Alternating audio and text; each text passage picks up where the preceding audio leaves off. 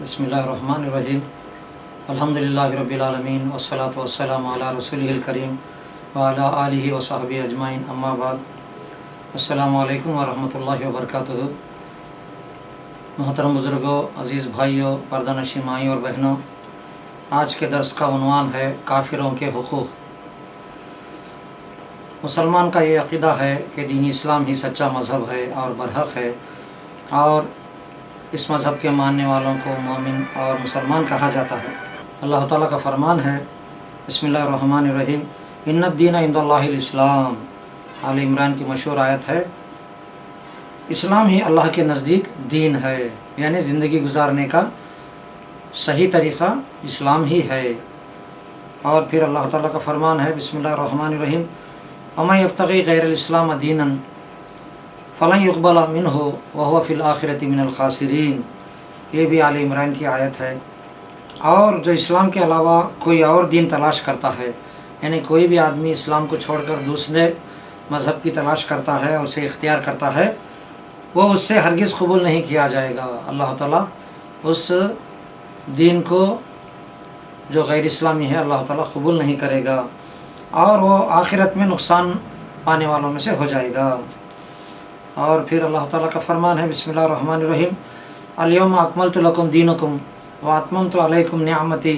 ورضیت لکم الاسلام دینا۔ سورہ مائدہ کی مشہور آیت ہے،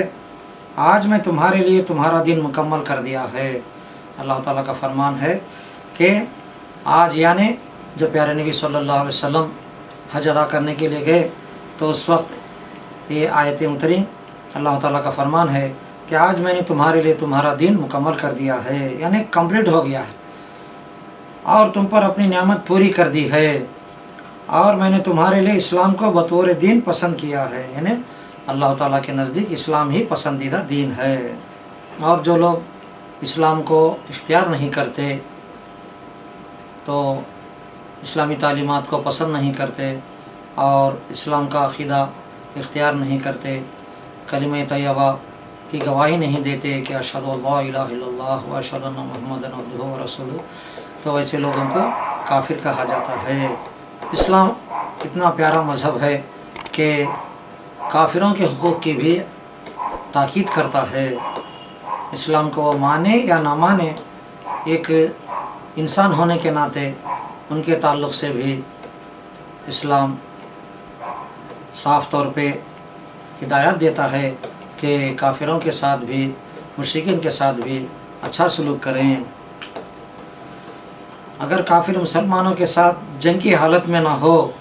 یعنی مسلمانوں سے وہ لوگ لڑائی جھگڑا نہیں کر رہے ہیں، جنگ نہیں کر رہے ہیں، تو ان کے ساتھ انصاف کرنے اور ان کے ساتھ نیکی کا برتاؤ کرنے کا اسلام ہمیں حکم دیتا ہے۔ اللہ تعالیٰ کا فرمان ہے، بسم اللہ الرحمن الرحیم، لا ینہاکم اللہ عن الذین لم یقاتلوکم فی الدین ولم یخرجوکم من دیارکم ان تبروہم وتقسطوا الیہم ان اللہ یحب المقسطین۔ سورہ ممتحنہ کی آیت ہے، جنہوں نے تمہارے ساتھ لڑائی نہیں کی، یعنی جو لوگ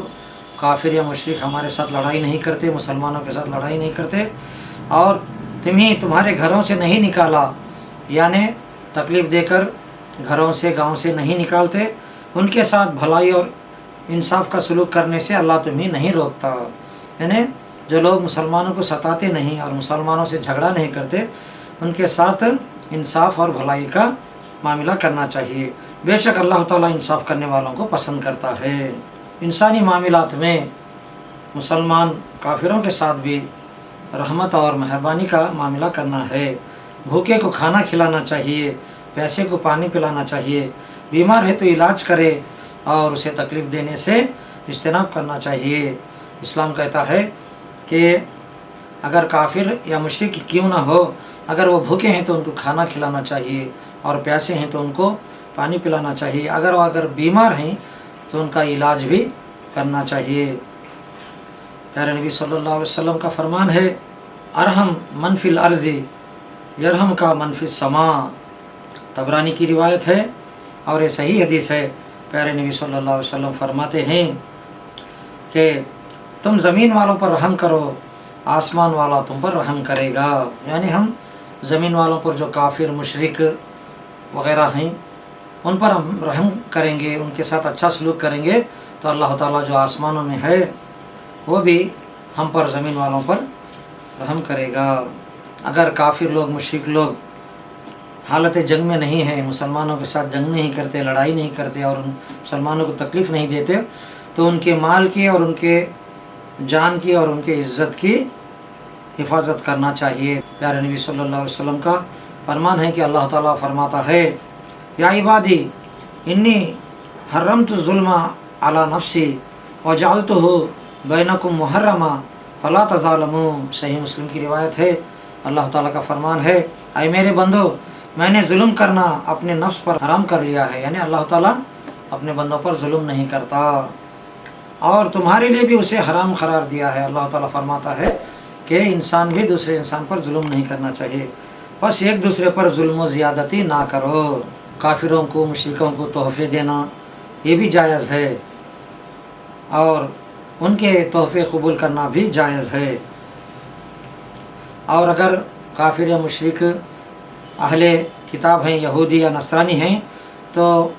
ان کا کھانا بھی کھایا جا سکتا ہے۔ اللہ تعالیٰ کا فرمان ہے بسم اللہ الرحمن الرحیم وطعام الذین اوتوا الکتاب حل لکم، سورہ مائدہ کی آیت ہے، اور اہل کتاب کا کھانا تمہارے لیے حلال ہے۔ اہل کتاب یعنی عیسائی اور یہودی، اور صحیح سند سے ثابت ہے کہ پیارے نبی صلی اللہ علیہ وسلم مدینہ منورہ میں یہود کے کھانے کی دعوت قبول کرتے تھے اور ان کا پیش کردہ کھانا قبول فرمایا کرتے تھے۔